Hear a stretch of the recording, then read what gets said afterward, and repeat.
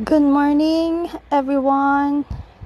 For today's video, share ko lang ang mga tips sa mga mahilig mag-travel and yung mga nagkakaroon ng mga extra paper bills and coins.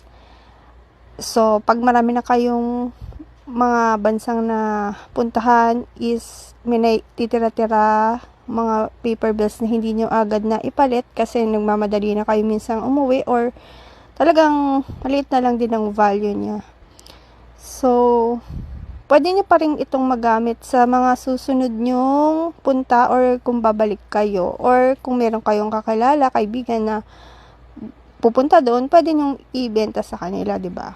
So, kahit papaano siguro kung depende sa palitan, sa conversion, pwede nyong magkaroon ka ng slight interest or pwede lang palit lang. So, ako, sineseparate ko sa plastic lang, nilalagyan ko ng label para hindi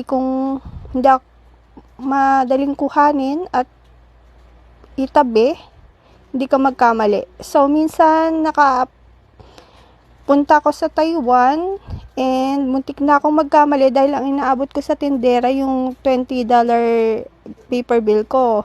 Kasi parang magkahawig sila sa paningin ko. Hindi naman ako familiar na iba na pala yung nadukot ko.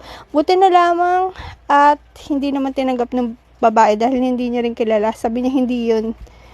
So, yun nga. Nagkamali. Muntik ako magkamali. Sayang at ang laki ng value no. Laki $20 versus sa Taiwanese na pera. So, yun. Ingat-ingat dahil mahalaga yung pera na yan na at kailangan sakto talaga yung pera na inaabot nyo. Yun lang, mga tips. Thank you.